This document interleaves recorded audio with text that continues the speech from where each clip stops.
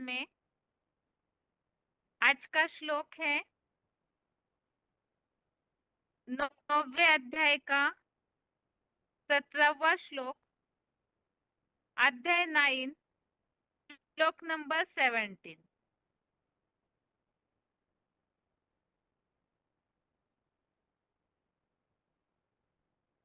श्लोक है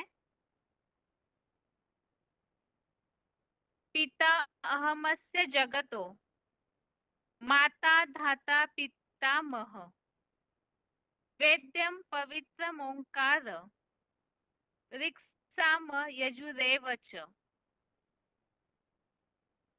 श्लोक दोबारा।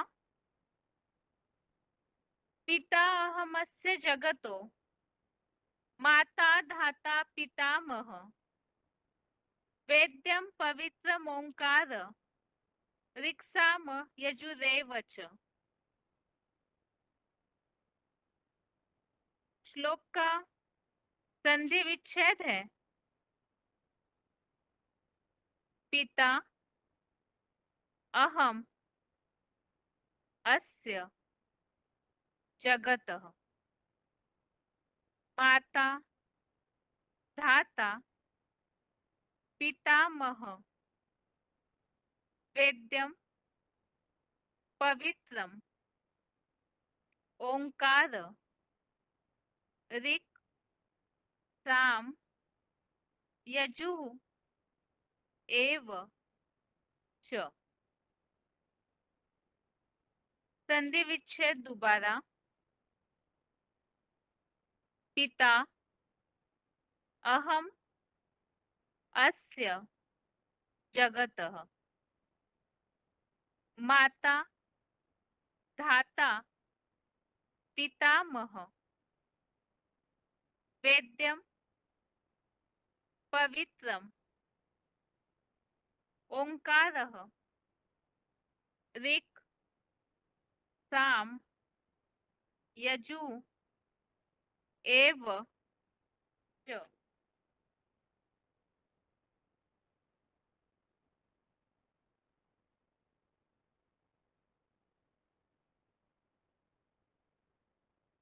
शब्दों के अर्थ है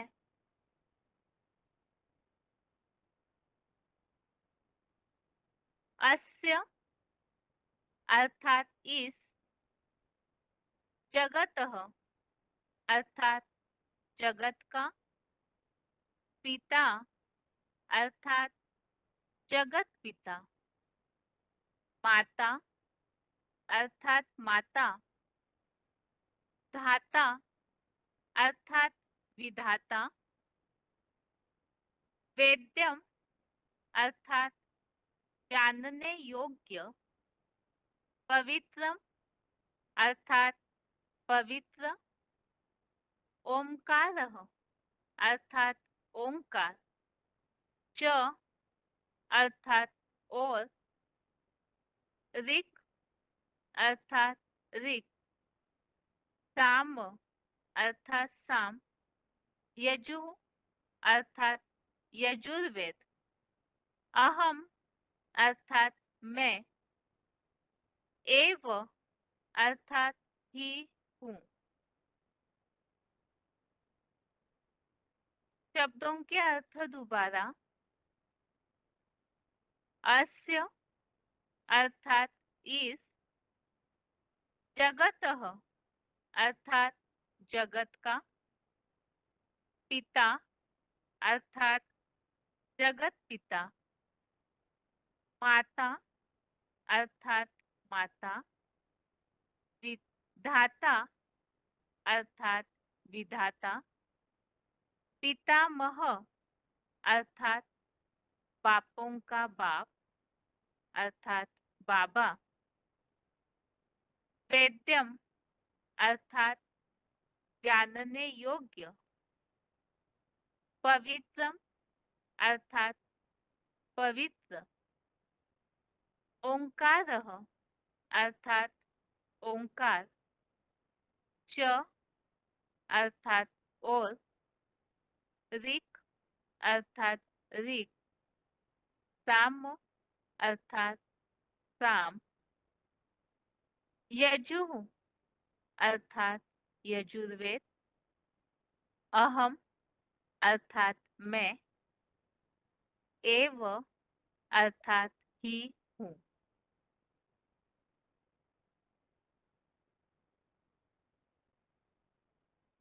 शब्द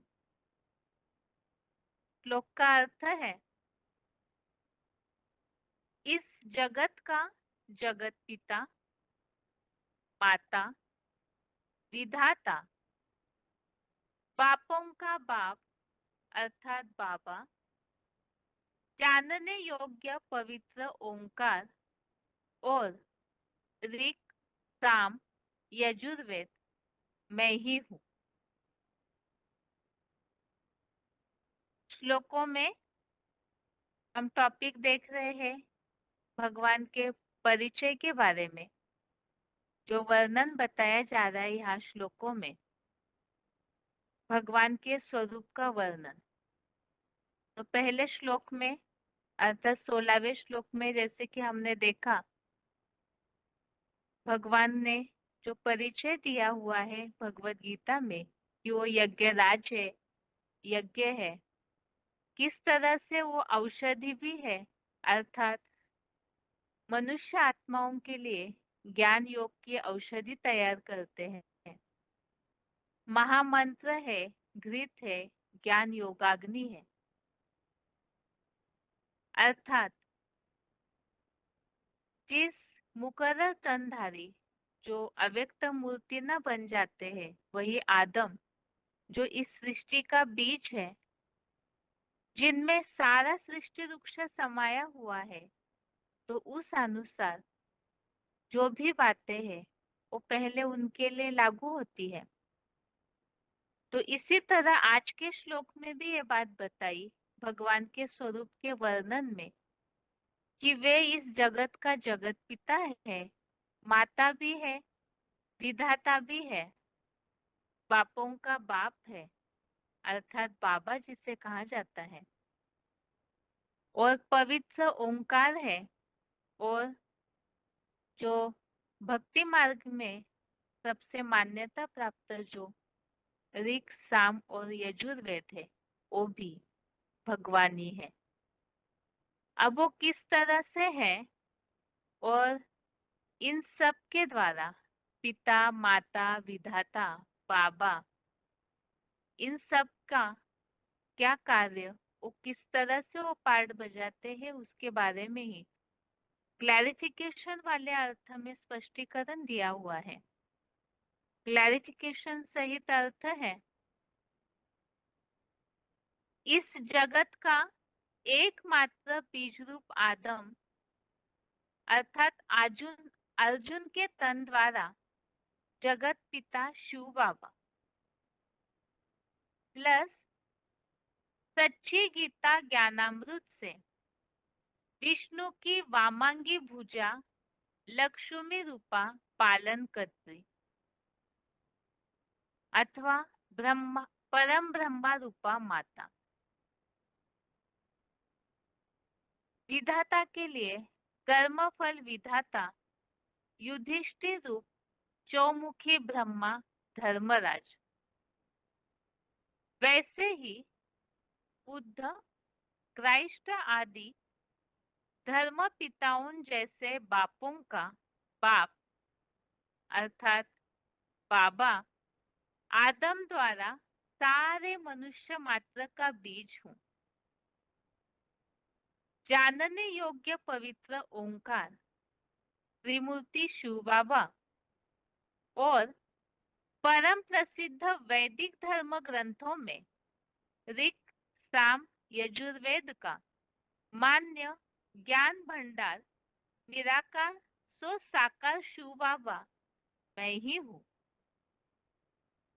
तो यहाँ इन बातों को स्पष्ट किया हुआ है, भगवान सारे जगत का पिता है तो कैसे, क्योंकि परम पिता शिव तो निराकार है।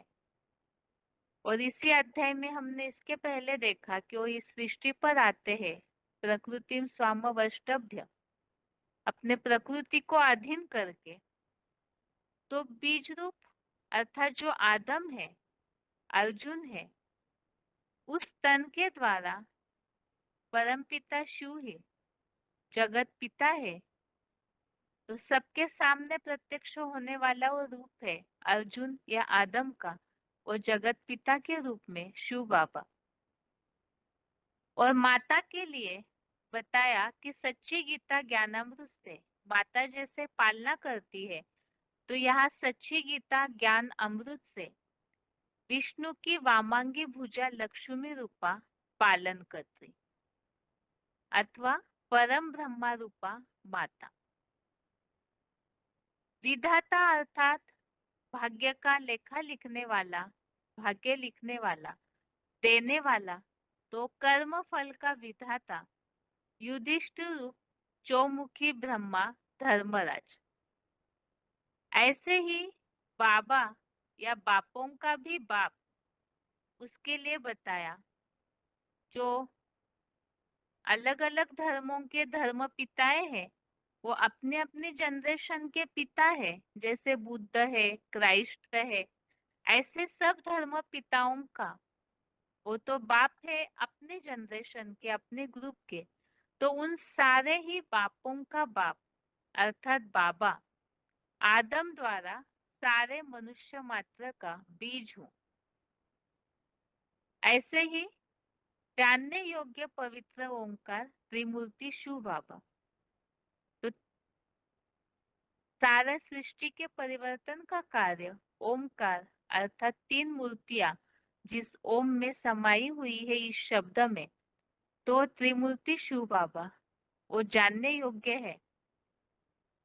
और शास्त्रों में वैदिक जो धर्म ग्रंथ है, जो भक्ति मार्गीय सबसे मान्यता प्राप्त ऋग साम यजुर्वेद, जिसमें ज्ञान भंडार है, तो वो ज्ञान भंडार निराकार सो साकार शिव बाबा में ही। तो यहाँ भगवान के स्वरूप का वर्णन बताया कि सृष्टि पर जो भी चीजें उपस्थित है, यहाँ संबंधों के रूप में भी भगवान किस तरह से पार्ट बजाते हैं। और इन्हीं बातों के लिए भगवत गीता में और भी दूसरे अध्यायों में उल्लेख आया हुआ है, तो उसे रेफरेंस श्लोक के तौर पर देखते हैं। पहला रेफरेंस श्लोक है 11वें अध्याय का 43वां श्लोक, अध्याय 14, अध्याय 11, श्लोक नंबर 43। इसमें बताया हुआ है, इस साकार जड़ चेतन जगत के महादेव द्वारा बीज रूप पिता। जहाँ 11वें अध्याय में विराट रूप के दर्शन में यहाँ एक बात बताई कि इस साकार द्वारा ही सारे जगत का महादेव द्वारा बीज रूप पिता। आगे का रेफरेंस श्लोक है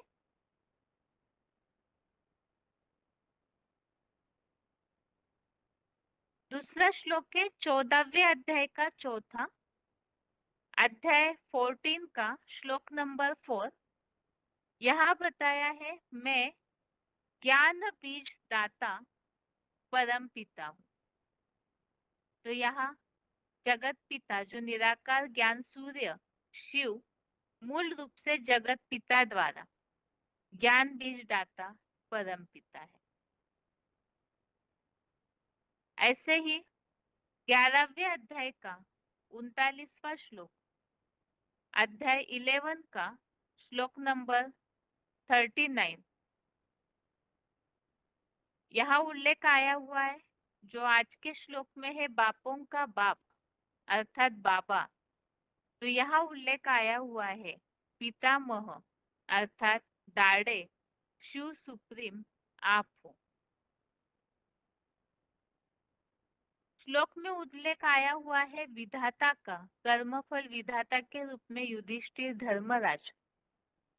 तो इस बात का उल्लेख 10वें अध्याय का 29वां श्लोक, अध्याय 10, श्लोक नंबर 29, इसमें उल्लेख आया है, संपूर्ण यम नियम कर्ताओं में धर्म का राजा युधिष्ठिर यमराज हूँ।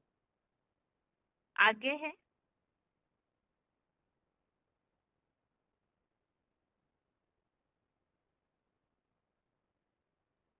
श्लोक में आज के उल्लेख आया हुआ है जानने योग्य पवित्र ओंकार। तो इस ओंकार का अलग अलग अध्यायों में अलग अलग संदर्भ में उल्लेख आया हुआ है। एक तो 10वें अध्याय का 25वां अध्याय 10 श्लोक नंबर 25। इसमें उल्लेख है वाणियों में अ प्लस उ प्लस म त्रिदेवों का मेल, एकाक्षर ओम मैं हूं। तो यहाँ ओम का स्पष्टीकरण है अ उ म, और ये तीनों देवताओं की निशानी है अ उ म मिलकर के ओम त्रिदेव। तो वो वाणियों में एकाक्षर ओमकार मैं हूं। ऐसे ही 8वें अध्याय का 13वां श्लोक अध्याय 8 श्लोक नंबर 13। इसमें उल्लेख आया हुआ है ओम ऐसा एकाक्षर मन से व्यवहार में लाते हुए परम गति को पाता है। तो यहाँ वो जो जानने योग्य ओंकार है उसे व्यवहार में लाने से क्या प्राप्ति होती वो बताया, परम गति। तो वो 3 मूर्तियों के द्वारा परमपिता शिव जो जानने योग्य है उन्हें जानना। ऐसे ही 7वें अध्याय का 8वां श्लोक अध्याय 7 श्लोक नंबर 8। इसमें उल्लेख आया हुआ है सब वेदों में अ प्लस उ प्लस म रूप ओमकार। तो यहाँ भी जो उल्लेख 7वें अध्याय में चल रहा है, जैसे ज्ञान जल में रस हूँ, चंद्रमा की कांति हूँ, तो ऐसे यहाँ ओमकार भी शिव बाबा ही है। और आज के श्लोक में जो उल्लेख आया हुआ है ऋग साम और यजुर्वेद जो ज्ञान भंडार है वो मैं हूँ, इस बात का उल्लेख है 10वें अध्याय का 35वां श्लोक अध्याय 10 श्लोक नंबर 35। इसमें उल्लेख आया हुआ है विवस्वत सूर्योत्पन्न मीठे सामवेद में बृहत साम हूँ। तो इस तरह से भगवान के स्वरूप का उल्लेख अर्थात तो क्या है उसके बारे में आज के श्लोक को हमने रेफरेंस श्लोक के साथ समझा है।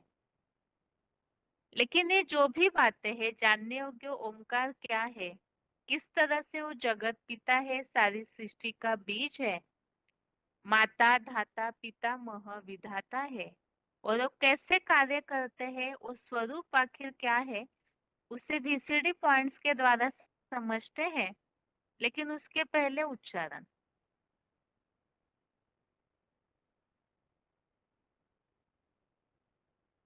पिताहमस्य जगतो माता धाता पितामहः वेद्यं पवित्रमोङ्कार ऋक्साम यजुरेव च।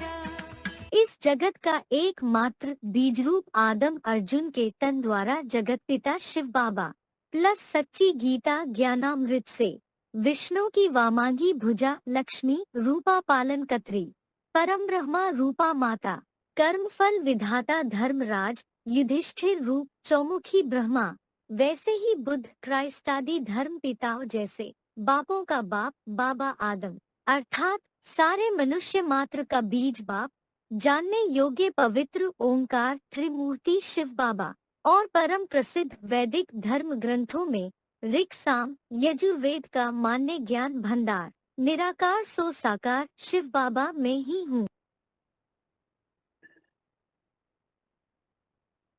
पिताहमस्य जगतो माता धाता पितामहः वेद्यं पवित्रमोङ्कार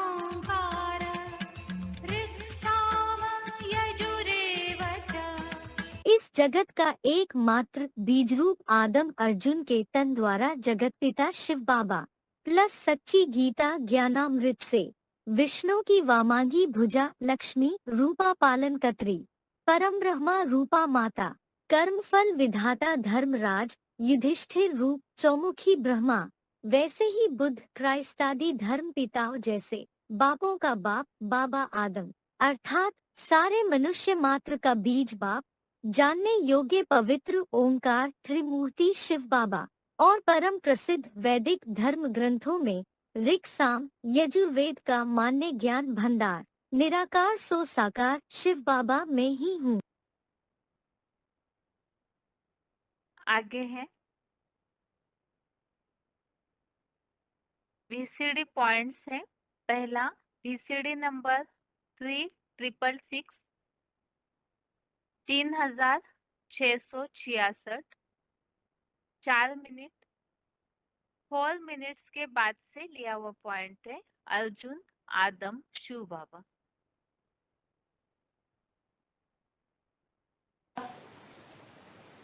धर्म पिताएं बाप हैं, उनको कोई बाबा तो नहीं कहता। हाँ, आदम को जरूर कहते हैं बाबा आदम। जो आदम है उसे आदम कहो या अर्जुन कहो। अर्जुन जब तक पुरुषार्थी है तो उसको बाबा नहीं कहेंगे। जब उसमें अर्जुन के शरीर रूपी रथ में संसार के सामने वो शिव सुप्रीम सोल प्रत्यक्षता रूपी जन्म लेता है तो सारी दुनिया आखिरी उसे शिव बाबा मानती है। आगे है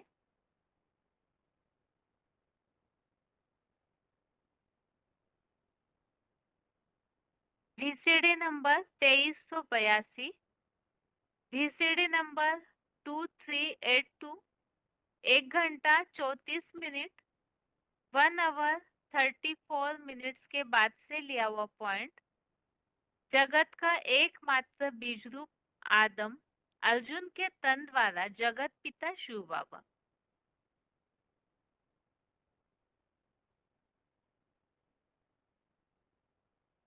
जगतम पितरम वंदे पार्वती परमेश्वरो। कौन इस सृष्टि का परमेश्वर हुआ है? जगत पिता शंकर को कहा जाता है। तो वो शंकर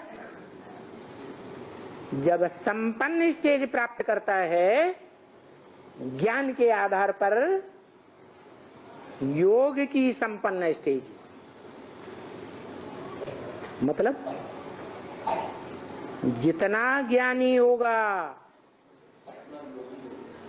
उतना योगी होगा। कम ज्ञानी होगा तो कम योगी होगा। क्यों? कम ज्ञानी है तो बाप को कम पहचानेगा, और संपूर्ण ज्ञानी है तो बाप को संपूर्ण जानेगा। अब बताओ, बाप को, बाप के धंधे को, बाप के कुल को, बाप के पूरे परिवार को कौन सा बच्चा ज्यादा से ज्यादा जानेगा? बड़ा बच्चा जानेगा। तो इस मनुष्य सृष्टि में जो 5000 साल की मनुष्य सृष्टि है, उस सृष्टि रूपी रंगमंच पर जो ऑलराउंड पार्ट बजाने वाली आत्मा है, वो ही है मनुष्य सृष्टि का बाप, जिसके लिए ब्रह्म वाक्य मुरली में भी है क्या?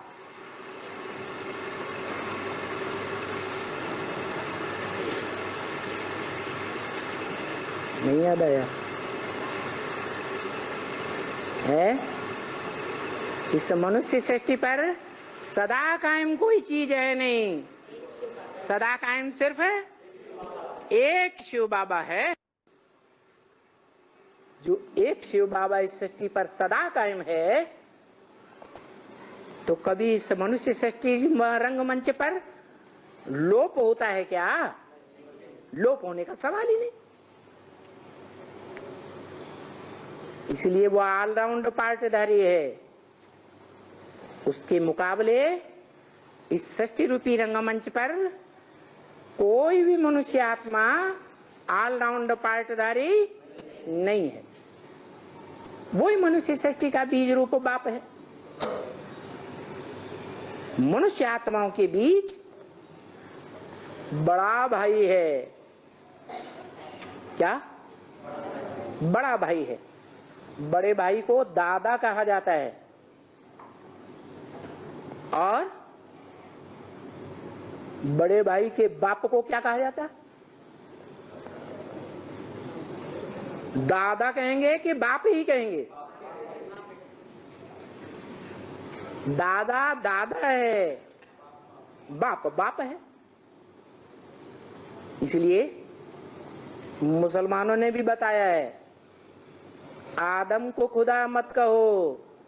आदम खुदा नहीं, लेकिन खुदा के नूर से आदम जुदा नहीं। जो खुदा का नूर है, जो खुदा की रोशनी है, जो खुदा की रूह है, उस रूह से कोई भी बात में जो आदम की रूह है वो कम ताकत वाली नहीं है। आगे है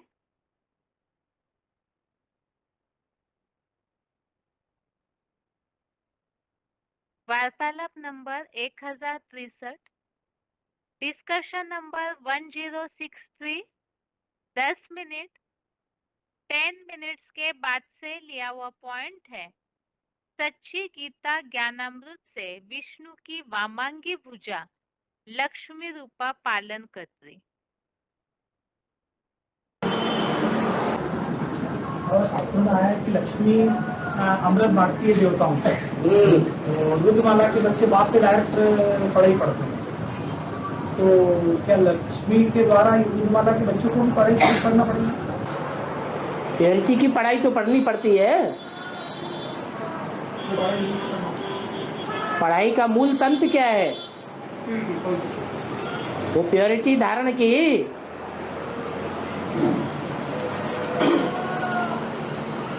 धारण की, धारण तो नहीं की। तो जिस बात की धारणा नहीं की है वो धारणा तो करनी पड़े। इसलिए बोला है दैवी गुण भी धारण करने पड़े। ये दैवी गुण धारण कराने के लिए दैवी गुण कहा जाता है, देवता गुण नहीं कहा जाता। तो धारण कराने वाली भी कौन होगी? देवी होगी। उसे देवी का आवाहन करना पड़े।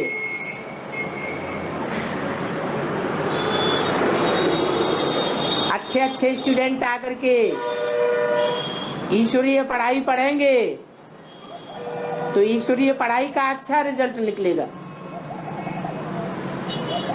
चरित्रहीन बच्चे निकलेंगे तो पढ़ाई का अच्छा असर नहीं निकलेगा। ये तो पता है कि लक्ष्मी जो बांटती है वो कहां से आता है? नारायण से ही आता है। लक्ष्मी कोई अपने घर से थोड़ा ही लाती है।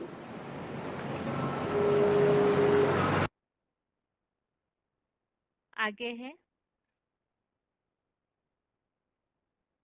VCD number 2341, VCD number 2341, 12 minute 12 minutes के बाद से लिया हुआ पॉइंट है।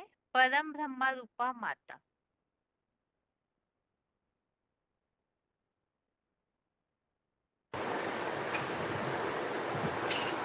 धरती को आकाश पुकारे,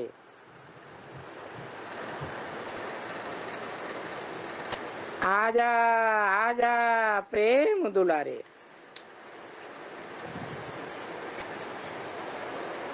तुझे आना ही होगा।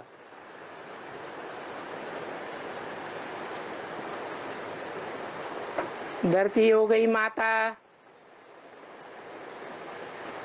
आकाश हो गया पिता। परंतु ये जड़ बुद्धि मनुष्यों का गाया हुआ गीत है।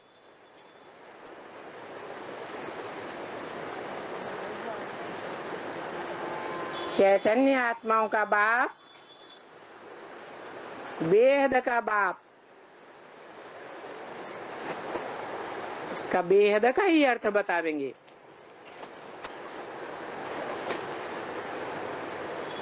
धरती को माता कहा जाता है।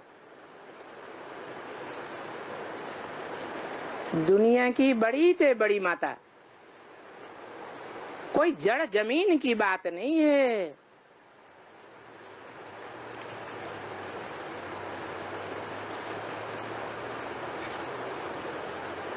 माताओं के बीच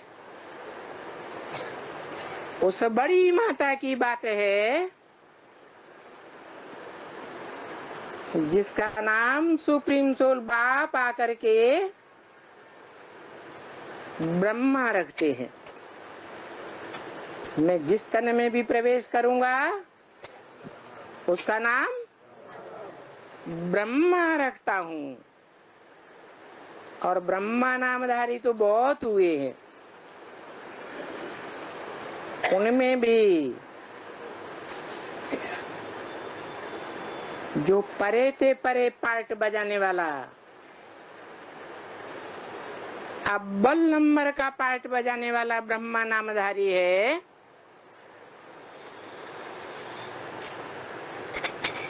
उसी का शास्त्रों में गायन है।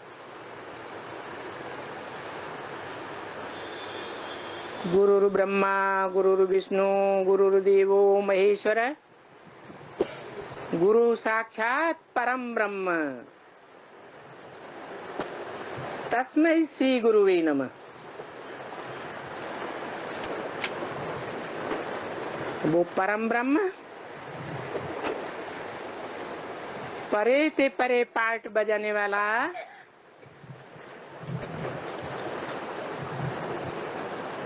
ब्रह्म माने बड़ा, माँ माने माँ, ब्रह्मा। कैसा ब्रह्मा? परम ब्रह्म,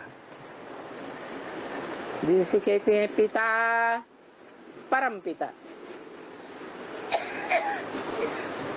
परे से परे रहने वाला पिता।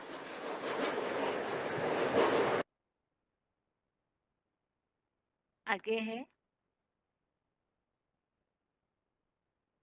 वार्तालाप number 1848, discussion number 1848, 49 minute 49 minutes के बाद से लिया हुआ पॉइंट है कर्मफल विधाता ब्रह्मा।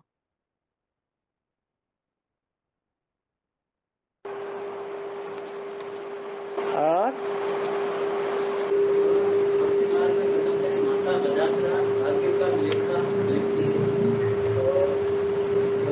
बताते हैं वदात्रा माता भाग्य का लेखा लिखती है, तो भगवत बेहद की इसका क्या है? कौन सी माता? विधाता माता भक्ति मार्ग में विधाता माता भाग्य का लेखा जोखा लिखती है, तो उसका विधाता माता ब्रह्मा बाबा विधाता है या नहीं है? है या नहीं बोलो? विधाता है। विधि माने कानून। ब्रह्मा के मुखों से जो भी मुरलियां निकाली गई वो ईश्वर का कानून है या नहीं है? है? नहीं है? है? उन मुरलियों के आधार पर ये सारा ज्ञान का प्रस्ताव फैलता चला जा रहा है, फैलाव निकलता चला जा रहा है। उस ज्ञान के फैलाव के आधार पर हर आत्मा का भाग्य, हर आत्मा का अपना अपना पार्ट डिक्लेयर हो जाएगा। आगे है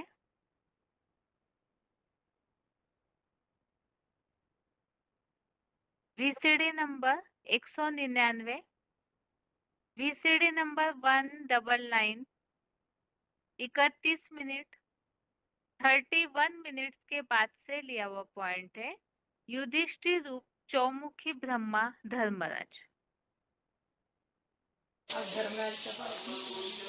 तो जो धर्मराज का पार्ट है वो वास्तव में शंकर का नहीं है। धर्म का राजा शंकर नहीं है, धर्म का राजा है ब्रह्मा बाबा।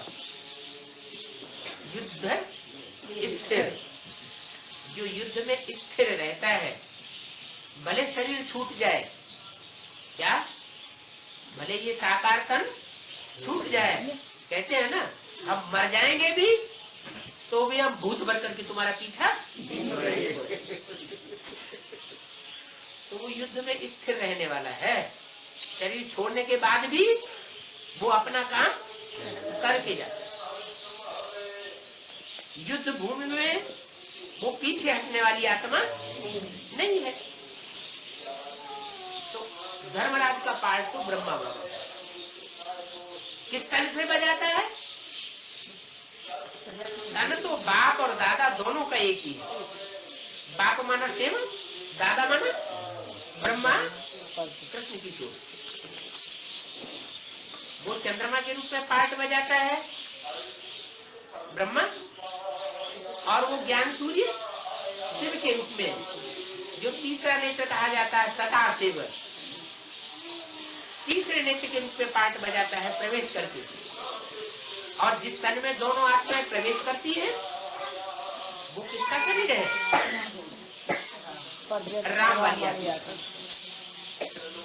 तो तीन स्वभाव संस्कार की आत्माएं एक ही व्यक्तित्व में है, इसलिए त्रिमूर्ति शिव कह दिया। आगे है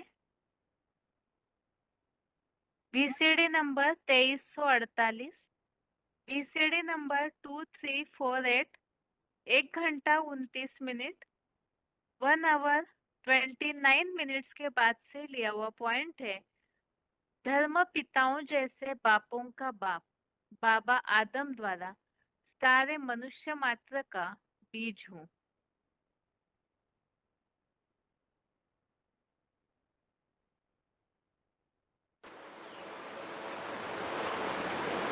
धर्म पिताएं भी अपन को सुप्रीम फादर नहीं कहते, कहते हैं? नहीं कहते। तो धर्म पिताओं का भी कोई बाप है। धर्म पिताएं मनुष्य आत्माएं हैं या परमात्मा हैं? मनुष्य आत्माएं हैं। उन धर्म पिताओं जो मनुष्य आत्माएं हैं उनका भी कोई पिता है, मनुष्य आत्माओं का पिता, सारे मनुष्य मात्र का पिता, कोई भी धर्म का हो, सबका बीज रूप एक। बीज को बाप कहा जाता है।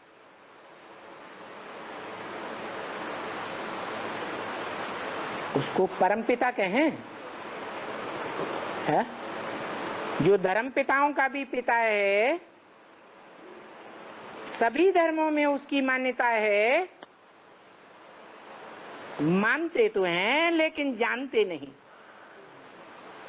इस्लामी मानते हैं आदम को, क्रिश्चियंस मानते हैं एडम को, जैनी लोग मानते हैं आदिनाथ को, हिंदू लोग मानते हैं आदिदेव को, जगत पिता को, जगन्नाथ को, लेकिन जानता कोई भी नहीं है कि इस मनुष्य सृष्टि में वो मनुष्यों का बाप कौन है जो 500-700 करोड़ मनुष्यों को जन्मदाता है, आगे या पीछे।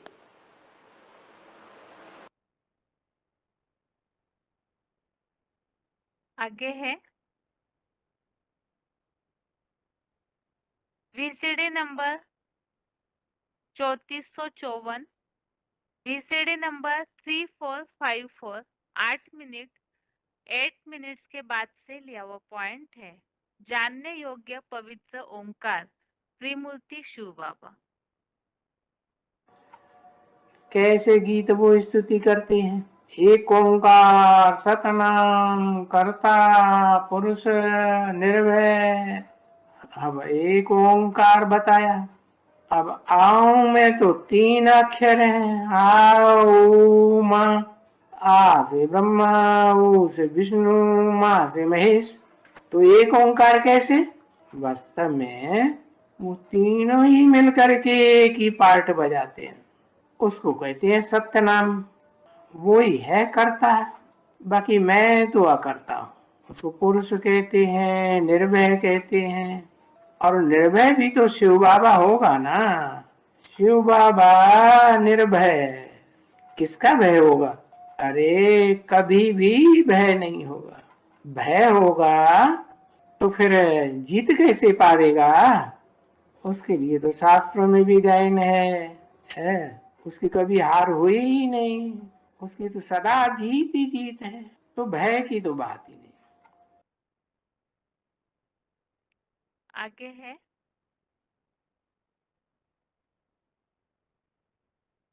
VCD नंबर 2369, VCD नंबर 2369, 2 घंटा 36 मिनट, 2 आवर्स 36 मिनट्स के बाद से लिया वो पॉइंट है। परम प्रसिद्ध वैदिक धर्म ग्रंथों में ऋग, साम, यजुर्वेद का मान्य ज्ञान भंडार निराकार सो साकार शिव बाबा मैं ही हूँ। परमात्मा इति उदाहृत। वो आत्मा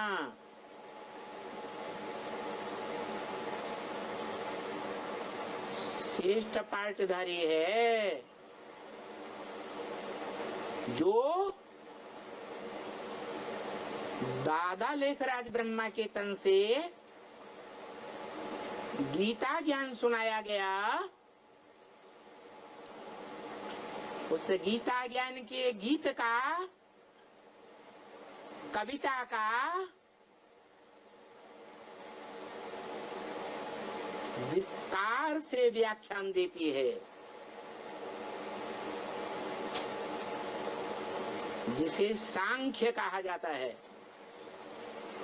सांख्य माना ही सह आख्या। व्याख्या के साथ जो बात बताई जाए, विस्तार पूर्वक गहराई से जो बात बताई जाए, उसे सांख्य कहा जाता है। सांख्य शास्त्र का प्रणेता कपिल मुनि को माना गया है। जिस कपिल मुनि के नाम पर काम्पिल्य नगरी बसाई गई,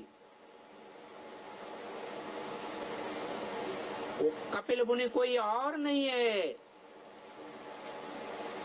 वही मनन चिंतन मंथन करने वाला मुनि है जिसे काश्यप कहा गया है। काश्य माने तेज, पा माने पीने वाला, माने याद के तेज को पीने वाला।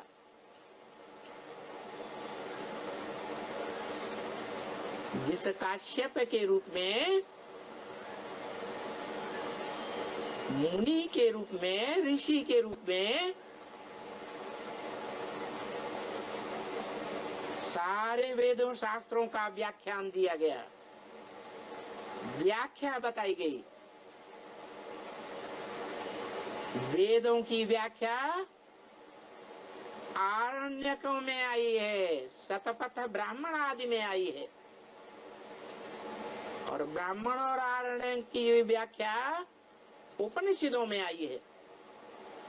और उपनिषदों की व्याख्या पुराणों में आई है। इन सभी शास्त्रों का पहला व्याख्याता, जो बड़े बड़े शास्त्रों का व्याख्याता माना गया है, गीता शास्त्र का बड़े व्याख्याता कौन? जो गीता में लिखा है व्यास प्रसादात, वेदों के बारे में क्या कहा गया? व्यास के नाम से पहले कौन सा शब्द जोड़ा जाता है? वेद व्यास। ऐसे ही पुराणों में सबसे बड़े पुराण का नाम क्या है?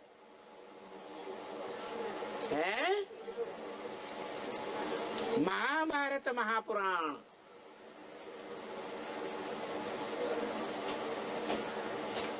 पूरा बड़ा हाल भर जाता है। एक ही धर्म ग्रंथ से।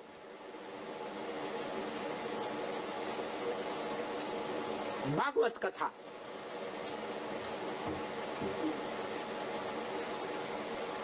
व्यास ने लिखी, वो वही हीरो पाटधारी है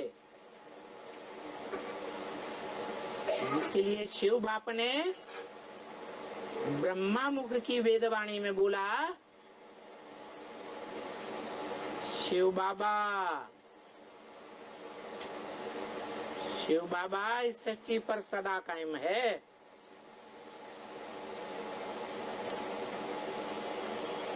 संगम युग के शूटिंग पीरियड में भी सदा कायम है और ब्रॉड ड्रामा में भी सदा कायम है।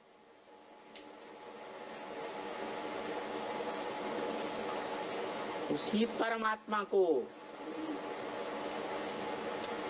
परम ब्रह्म भी कहा गया है, जो बोला है कि मैं जिस तन में प्रवेश करूंगा उसका नाम ब्रह्मा रखूंगा। ब्रह्मा अव्वल नंबर का है तो परम ब्रह्म है, जिसके लिए शास्त्रों में गायन है, गुरु साक्षात परम ब्रह्म है, तस्मै श्री गुरुवे नमः। न ब्रह्मा न विष्णु न शंकर,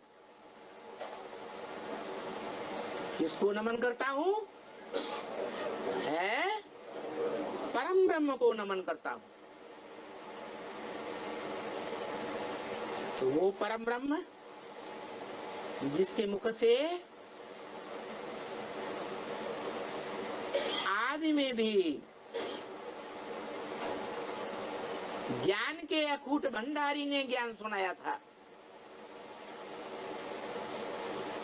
और मध्य में भी सुप्रीम टीचर बन करके ज्ञान की व्याख्या की, गीता ज्ञान की, और अंत में उसी एक आत्मा को माध्यम बनाकर सदगुरु का भी पाठ बजाया, जो बोला बाप टीचर सदगुरु तीनों एक ही है या अलग अलग पार्टधारी है? एक ही है। उससे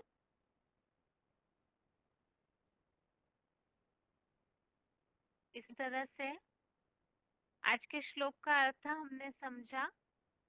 भगवान के स्वरूप के वर्णन में किस तरह से परमपिता शिव ही परम ब्रह्मा रूपी माता भी है, सारे धर्म पिताओं के बापों का बाप भी है, साथ में ब्रह्मा द्वारा विधाता है और ओमकार भी है जानने योग्य, और सारा जो भंडार है ज्ञान का वेद, तो वो भी सारे शास्त्रों का भी शिव बाबा ही निर्माता या तो वही भंडार भी है।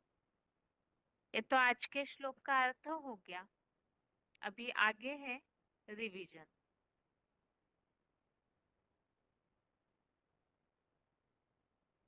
रिवीजन के लिए श्लोक नंबर है दूसरे अध्याय का 15 और 16वां श्लोक, अध्याय 2 का श्लोक नंबर 15 और 16। पहले 15वां श्लोक है, यम ही न व्यथयन्ते ते पुरुषम पुरुषर्षभ सम दुःख सुखम धीरम सो मृतत्वाय कल्पते। श्लोक दोबारा, यम ही न व्यथयन्ते ते पुरुषम पुरुषर्षभ सम दुःख सुखम धीरम सो मृतत्वाय कल्पते। अर्थात हे भोगी आत्मा रूप पाठधारियों में सर्वश्रेष्ठ, दुख सुख में समान रहने वाले, जिस धैर्यवान पुरुष को ये कोई भी विषय भोग कर्म करते भी व्यथित नहीं करते, वह आत्म ज्योति में एकाग्र व्यक्ति अवश्य ही अमरत्व के लिए योग्य बनता है। जहाँ श्लोकों में भगवान अर्जुन को इन बातों को समझा रहे हैं, युद्ध के लिए प्रेरणा देने के बारे में ही, किस तरह से आत्मा अविनाशी है, तो इस श्लोक में इस बात को बताया कि जिनको कोई भी ये विषय व्यथित नहीं करते हैं, जो सुख और दुख दोनों में भी समान रहता है, कर्म करते हुए भी जो धैर्यवान है, तो ऐसा आत्मिक स्थिति में जो एकाग्र है वो अमरत्व के लिए योग्य है, अमर बनता है। तो इसी के बारे में जो श्लोक में महत्व बताया है, सब स्थितियों में समान आत्मजयी, इसी का उल्लेख रेफरेंस श्लोक के तौर पे और एक श्लोक लिया है 15वें अध्याय का 5वां, अध्याय 15 का श्लोक नंबर 5। इसमें भी इस बात का उल्लेख है कि जो सुख दुख, सर्दी गर्मी मान अपमान आदि, ये जो देह के जनित देह से अर्थात देह भान से पैदा होने वाले इन द्वंद्वों से विशेष मुक्त है, तो वो अविनाशी परम पद में जाते हैं, अमरत्व के लिए योग्य है। और उसी को यहाँ बताया, अविनाशी परम पद जो विष्णु लोक में प्राप्त होता है, उसमें जाते हैं। आगे है,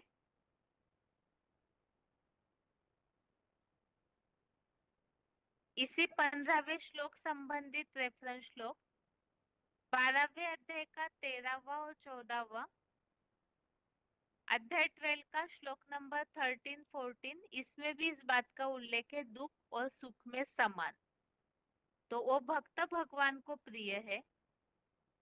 और 14वें अध्याय का 24वां, अध्याय 14 का श्लोक नंबर 24, इसमें उल्लेख आया हुआ है सुख दुख में जो समान है, आत्मिक स्थिति में स्थिर है, तो वो धैर्यवान, उसका उल्लेख बताया कि जो इन सब बातों में समान रहता है, प्रिय अप्रिय सुख दुख सब बातों में समदृष्टि, तो उसे बताया हुआ है धैर्यवान। आगे है,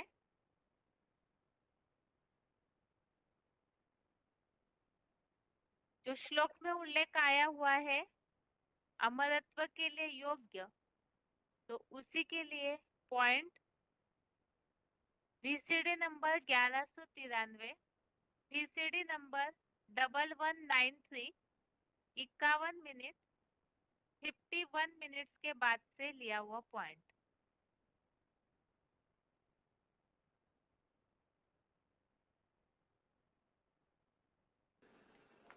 बाकी प्रजापिता में परमात्मा शिव प्रवेश करके हमको ऐसा पराकाष्ठा का ज्ञान देते हैं कि दुख होते हुए भी हम दुख को दुख नहीं समझते, हम दुख को भी कन्वर्ट करके सुख में परिवर्तन कर लेते हैं। जब शूद्र थे तब ऐसे नहीं करते थे, निगेटिव संकल्प में रमण करते थे। अभी कैसी भी निगेटिव बातें आवे, परिस्थितियां आवे, वातावरण आवे, हम उसको कन्वर्ट करके ज्ञान के फोर्स से पॉजिटिव बना लेते हैं। अभी हम जानते हैं कि हमारा बाबा जैसे देवता बनेंगे, हम भी बनेंगे। आगे है इसी 15वें श्लोक संबंधित जो धैर्यवान पुरुष अमरत्व के लिए योग्य है। VCD number 1788, VCD number 1788, 49 minute 49 minutes के बाद से लिया हुआ पॉइंट।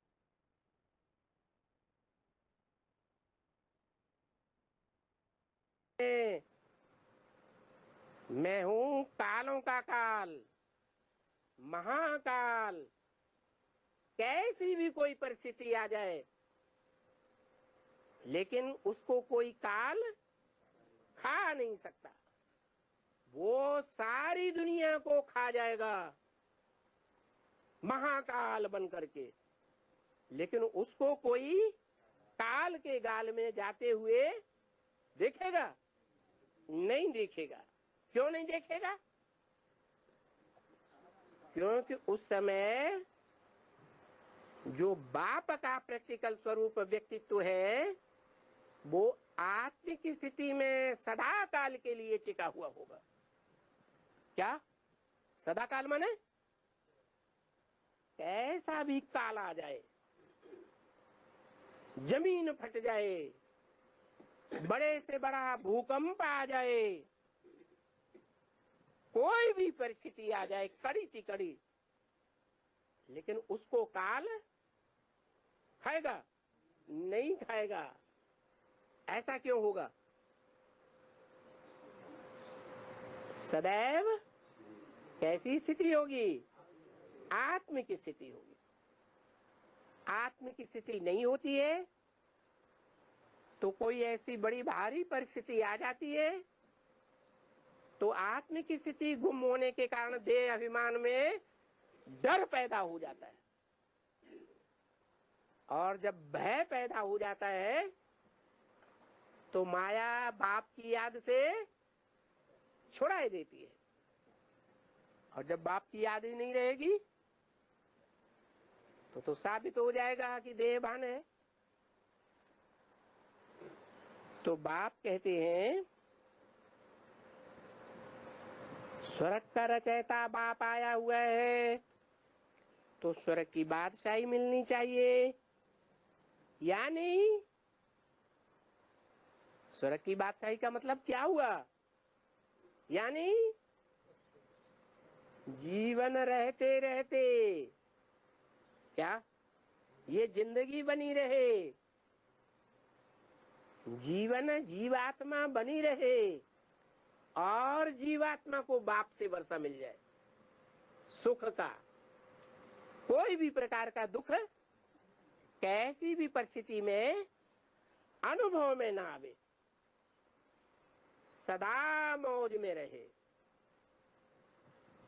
तो उसको कहेंगे जीवन मुक्ति। आगे है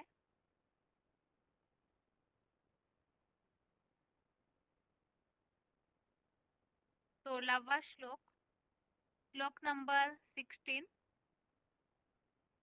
श्लोक है नासतो विद्यते भावो ना भावो विद्यते सतः उभयोरपि दृष्टोऽन्त त्वनयो सत्वदर्शिभिः। श्लोक दोबारा। नासतो विद्यते भावो ना भावो विद्यते सतः उभयोरपि दृष्टोऽन्त त्वनयो सत्वदर्शिभिः। अर्थात असत का अस्तित्व नहीं होता एवं कोई भी सत्य का कल्पांतकारी महाविनाश में या किसी भी चतुर्युगी में अभाव नहीं होता। जैसे सृष्टि बीज महादेव आदम देह से भी सदाकाल है और रहेगा, इन सत सत दोनों का भी निर्णय कपिल जैसे तत्व ज्ञानियों द्वारा देखा गया है। तो श्लोक में जो उल्लेख आया है, पहले श्लोक में हमने देखा कि जो सब स्थितियों में समान आत्मिक स्थिति में स्थिर है वो अमरत्व के लिए योग्य है, अर्थात तो सदैव सृष्टि पर बना रहता है, चाहे कैसा भी काल क्यों न मंडराए सृष्टि पर, लेकिन वो अमर है। और जो सत्य है वो कभी खत्म नहीं होता, उसका कभी भी सृष्टि पर अभाव नहीं होता है। और असत्य का अस्तित्व नहीं होता, अर्थात तो टिकता नहीं है। तो इसी के लिए बताया कि इस बात का कि असत्य का अस्तित्व नहीं और सत्य का अभाव नहीं, वो सदैव कायम है सृष्टि पर, इसका निर्णय तत्वज्ञानियों द्वारा लिया गया। और तत्वज्ञानी अर्थात बताया कपिल जैसे मुनि। और इसी के लिए ही अलग शब्दांकनों में मुरलियों में उल्लेख आता है, इस सृष्टि पर शिव बाबा सिवाय सदा कायम कोई चीज है नहीं। इस बात का ही उल्लेख रेफरेंस श्लोक के तौर पे जो लिया है 9वें अध्याय का 18वां श्लोक, अध्याय 9 का श्लोक नंबर 18, इसमें बताया है कि वो बीज है सृष्टि का, अविनाशी बीज है, तो सदा कायम है। बस उसे चतुर्युगी में कोई पहचान नहीं पाता, लेकिन है इस सृष्टि पर सदा कायम। आगे है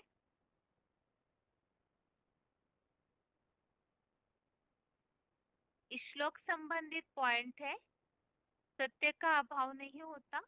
VCD number 2389, VCD number 2379, VCD number 2379।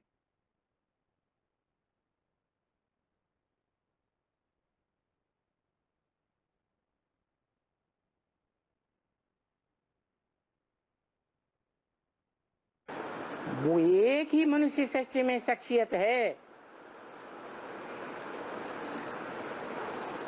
जो मनुष्य सृष्टि के चक्र में ऑल राउंड पार्ट बजाती है, जिसके लिए गीता में बोला है ना सतो विद्यते भावो ना भावो विद्यते सत। जो सत्य होता है, सत्य होता है, उसका इस सृष्टि पर कभी अभाव नहीं होता।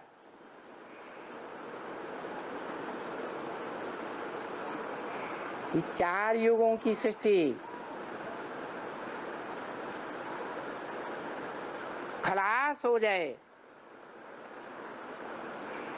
प्राणी मात्र खलास हो जाएं, मनुष्य मात्र खलास हो जाएं, शरीर छोड़ जाएं, लेकिन वो एक ही शख्सियत है जिसके लिए हमारे भारतीय शास्त्रों में गायन है, जिसने काल को जीत लिया। इसलिए क्या कहा जाता है, कालों का काल, महाकाल, जिसको कोई काल खा नहीं सकता।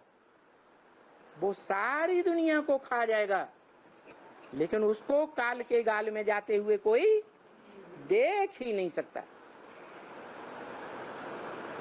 क्योंकि वो बाप समान स्टेज धारण कर लेता है।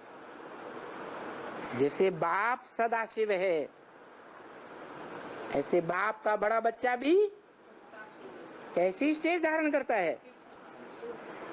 सदाशिव जब तक जीवन है, जब तक पुरुषोत्तम संगम युग है, तब तक वो आत्मा सदाशिव की स्टेज में स्थिर होकर रहती है, बाप की सीट पर सेट होकर के रहती है। आगे है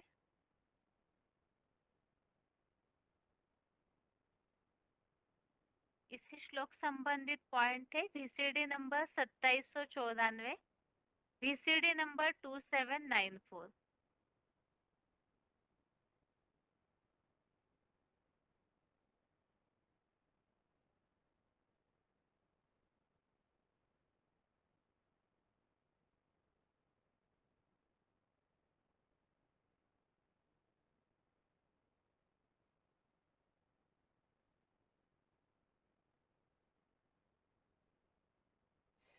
तो फिर दो हो गए, दो खंड। स्वभाव संस्कार में एक बात नहीं है, टकराहट है।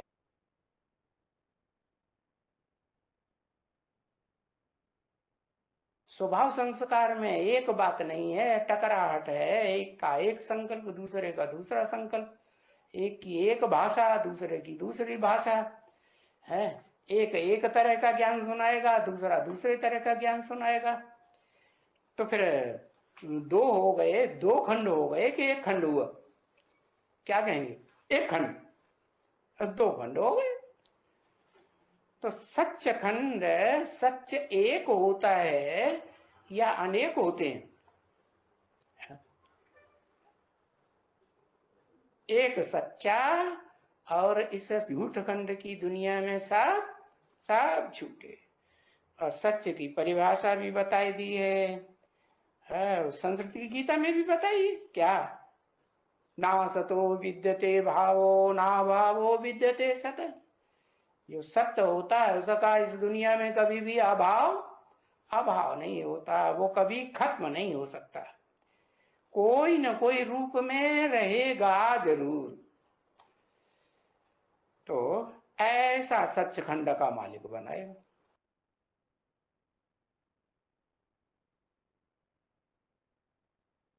इस तरह से इस 16वें श्लोक का क्लिप हमने समझा। अभी आगे है आज का श्लोक।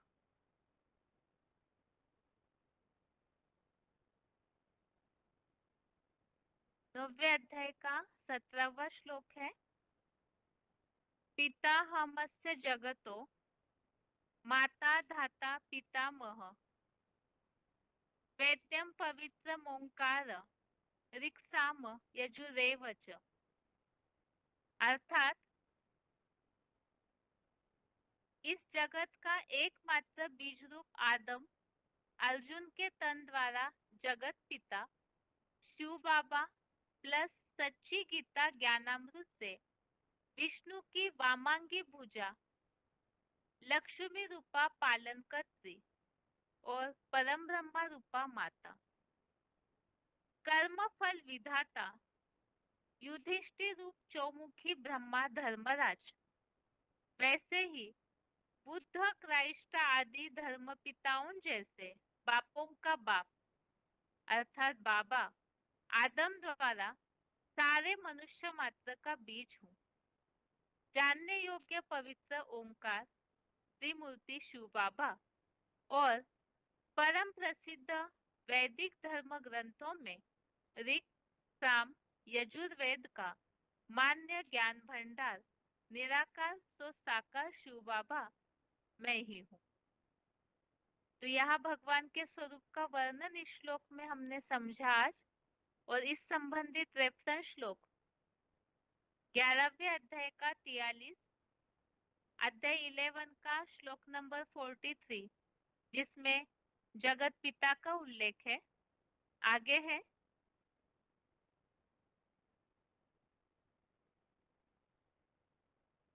चौदहवें अध्याय का चौथा, अध्याय 14 का श्लोक नंबर 4, इसमें भी ज्ञान बीजदाता परम पिता जगत पिता का उल्लेख है। 11वें अध्याय का 39, अध्याय 11 का श्लोक नंबर 39, पितामह डाड़े का उल्लेख है। 10वें अध्याय का 29, अध्याय 10 का श्लोक नंबर 29, इसमें धर्मराज युधिष्ठिर का उल्लेख है। आगे